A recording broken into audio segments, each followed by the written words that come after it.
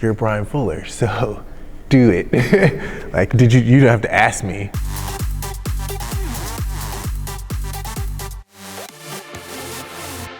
I drove it off the lot, 6 miles on it, brand new Z06, silver on black.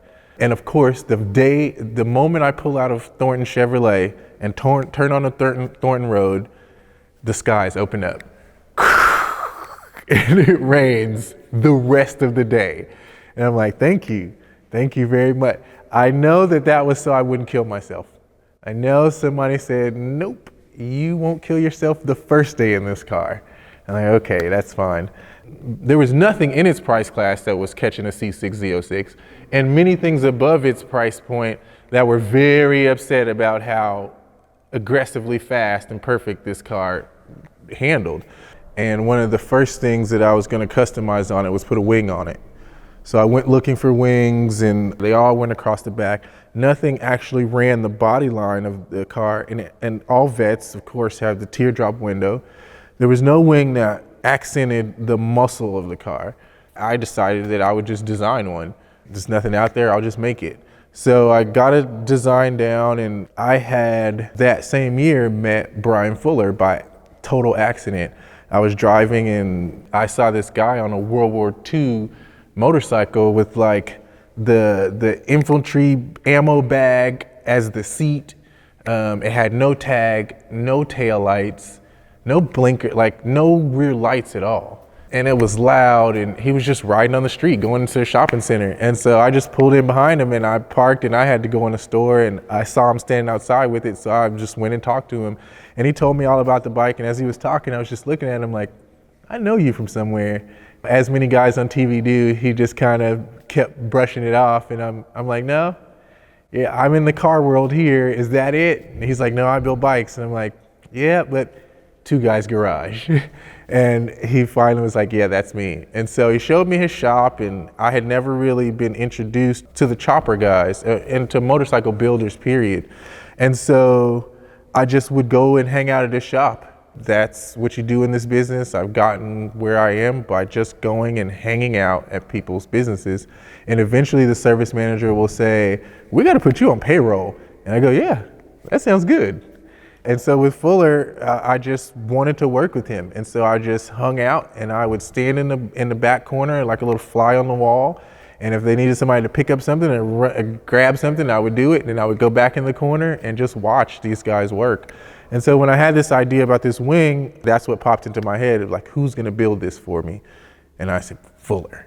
So I took the car to him and I said, look, I know you don't do cars, and even more so, I don't know what we're gonna make this thing out of, but here's my idea.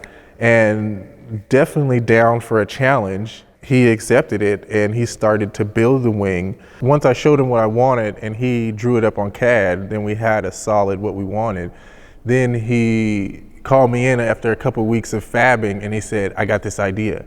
I wanna do an homage to the split window and I think it'll be sick. And I was like, you're Bryan Fuller, so do it. Like, you don't have to ask me. And first mocked it up out of cardboard on the back of the car. He mocked up the frame of it in lightweight aircraft aluminum. So he would have on the back of this car in his shop, this car full of gas, the only car in the shop, full of gas with a welder next to it and a metal frame on the back of it as he was just gently tack weld on the back of a fiberglass, 1-year-old, $60,000 Z06 with hundreds of thousands of dollars worth of motorcycles in the shop. And he's got it mocked up with the split window and it looks badass. And then a few weeks later, as I keep going to his shop, some of the most prolific metal work that I've definitely ever seen is done in this guy's shop. But he called me a few weeks later and he goes, I got another idea. And I was like, okay. So I go and he's like, you know, this wing, it looks so crazy and now it's, you know, it makes the car look so aggressive. And, you know, I want something to replace this plastic panel that GM put on the back of this car. And so he said, I think I want to do a diffuser like the Ferraris. And I was like, you're Bryan Fuller. Yes, do it. And so I came back a week later and in cardboard was mocked up a 5-fin diffuser with 4 exhaust tips inside of it spaced out. instead of the 2-on-2 exhaust tips from the C6. It took about 8 months, and the end result was a one-off Showcar that we have taken to SEMA twice. We've taken to Carlisle Corvettes twice. I've blown it up once, and now it's supercharged and making well over 600 horsepower. And it spawned a business. So when Bryan Fuller finished this car, we had the wing custom painted. We took the metal diffuser and we painted it. I looked at this car and I said, the C7 is near.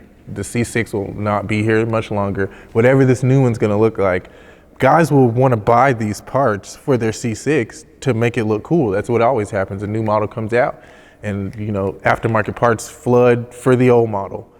I told Fuller, I said, let's sell this thing for C6s. Like, let's make this wing and diffuser, or at least this diffuser. I mean, it changed the entire look of the car, taking off that big piece of black plastic. Fuller was connected with Elan Motorsports, which makes the Panos race cars and many other Le Mans race cars. And he was also connected with MagnaFlow.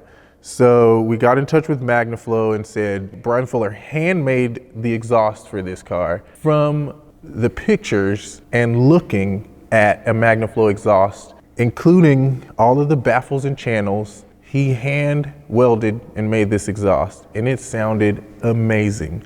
We took the exhaust off the car, we sent it to California to MagnaFlow.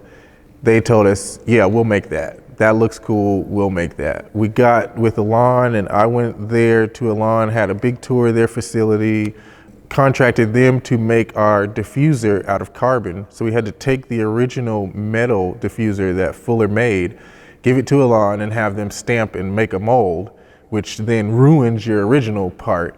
But they did make me one-off lay of carbon diffuser that's on the car now. We partnered with MagnaFlow. We had our own vanity part number. We sold a good bit of them. And funny enough, I actually finally bumped into a car with my part on it, which if you're a car guy, I was done. We had a poster with Fuller's face like ghosted in the back of it with the car on it, and the diffuser and the wing in the back of the car, and MagnaFlow under it. MagnaFlow made us posters. So I had a poster. I was selling my part at car shows. We actually did at Carlisle, we did an install, sales and install, where we installed them right there, the whole MagnaFlow exhaust catback kit and the diffuser for the people that bought it. And a few people bought it right then, and we put them right on the cars.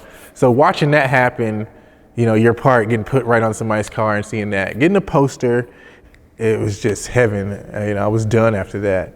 Follow your passion, whatever you're passionate about. I wake up in the morning thinking about how to make a car cooler. I go to sleep thinking about how cool I made a car. That's really what I took away from this and what I would give to people about this hobby.